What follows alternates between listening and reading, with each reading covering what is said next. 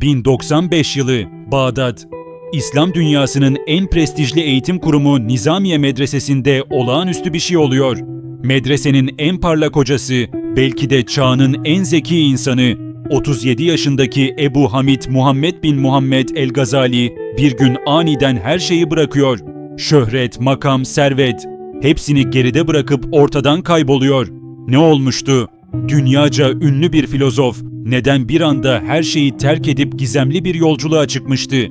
Bugün sizlerle İslam tarihinin en etkileyici, en karmaşık ve en ilham verici şahsiyetlerinden birinin hikayesini paylaşacağım. Hüccetül İslam, İslam'ın delili unvanını alan, İhya-u Ulumiddin'le İslam düşüncesini yeniden şekillendiren İmam Gazali'nin büyüleyici hayatına birlikte tanık olalım. 1058 yılında İran'ın Tuz şehrinde dünyaya geldi Gazali. Babası fakir bir yün eğirici ama eğitime düşkün bir adamdı. Erkenden vefat edince küçük Muhammed ve kardeşi bir dostunun himayesine bırakıldı. Gazali'nin zekası çocukluğundan belli oldu. Önce Tuz'da, sonra Cürcan'da, ardından Nişabur'da. Her gittiği yerde hocalarını hayrete düşürdü. İmamül Haremeyn el-Cüveyni gibi dönemin en büyük alimlerinden ders aldı. Fıkıh, kelam, mantık, felsefe, her alanda üstün başarı gösterdi. 20. yaşlarının sonunda Selçuklu veziri Nizamülmülk ona dikkat etti. Bu güçlü devlet adamı, İslam dünyasını eğitimle güçlendirmek için Nizamiye medreselerini kurmuştu. 1091'de henüz 33 yaşındayken Gazali'yi Bağdat Nizamiyesi'nin başına getirdi. Bağdat, o zamanın New York'u, Paris'i, Londra'sı, İslam dünyasının kalbi ve Gazali 33 yaşında bu merkezin en prestijli kürsüsünde. Her gün 300'den fazla öğrenci derslerini dinliyor, kitapları yazılıyor, şöhreti yayılıyor, sultanlara danışmanlık yapıyor. Dışarıdan bakıldığında mükemmel bir hayat ama içeride fırtına kopuyor. Gazali felsefeyi derin şekilde inceledi. İbn Sina, Farabi gibi İslam filozoflarının eserlerini okudu. Aristo'yu, Eflatun'u öğrendi ve bir şeyler onu rahatsız etmeye başladı. Felsefe akla dayanıyordu ama akıl her şeyi açıklayabilir miydi? Kesin bilgiye nasıl ulaşılır? Duyular bizi aldatabilir, akıl bile yanılabilir. Peki gerçek nedir? Nasıl emin olabiliriz? Bu sorular Gazali'yi felç etti. 6 ay boyunca derin bir şüphe krizine girdi. Hiçbir şeyden emin olamadı. Konuşmakta bile zorlandı. Yemek yiyemez hale geldi. Modern psikolojide buna egzistansiyel kriz deniyor. Gazali 11. yüzyılda bunu yaşadı. Sonra bir şey oldu. Anlattığına göre Allah bir nur, bir aydınlık gönderdi kalbine.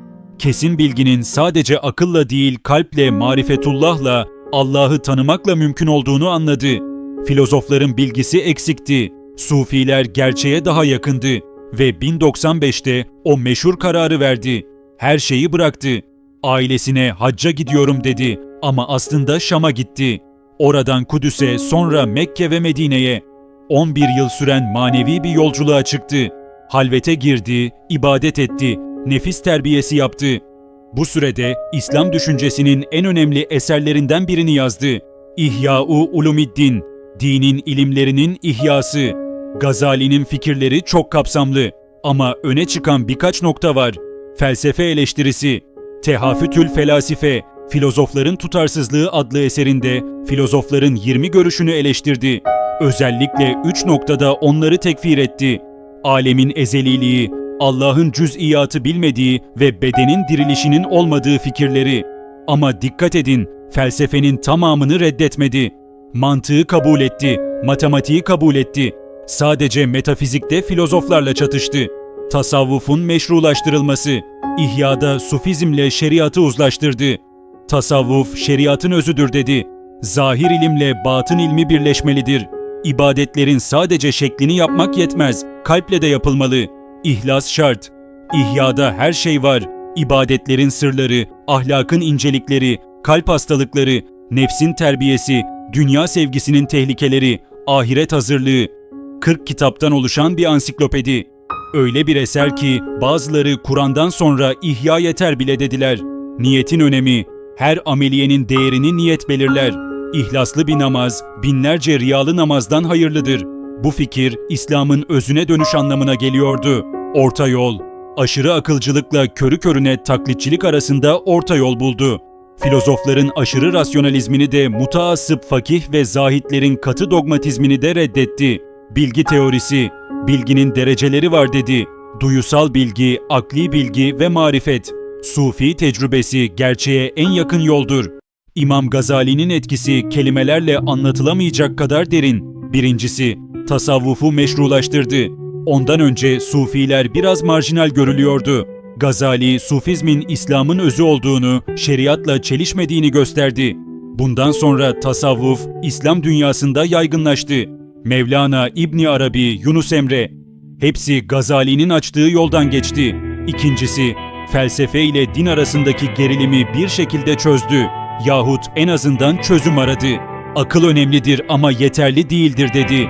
Bu, İslam düşüncesinin seyrini değiştirdi. Filozoflar Gazali'ye cevap yazmak zorunda kaldı. Üçüncüsü, niyet her şeydir. Amellerin değerini kalp belirler. İhlassız ibadet boş bir kabuk. Dördüncüsü, dünya malına aldanmayın. Gazali her şeyin zirvesindeyken bıraktı. Çünkü gerçek huzur maddede değil maneviyattadır. İmam Gazali'nin en büyük mirası belki de şu: bize İslam'ın sadece kurallardan ibaret olmadığını, bir yaşam tarzı, bir kalp yolculuğu, bir Allah'a yakınlaşma çabası olduğunu hatırlattı. 900 yıl sonra bugün İhya hala okunuyor. Gazali'nin fikirleri hala tartışılıyor. Onun sorduğu sorular hala sorulması gereken sorular. Çünkü o evrensel insani meselelere el attı. Anlam arayışı, hakikat arayışı, ruhani huzur arayışı ve bunlar çağlar üstü sorular. İmam Gazali, Hüccetül İslam, İslam'ın delili ve gerçekten de İslam'ın hem aklı hem kalbi için bir delil, bir rehber olmaya devam ediyor.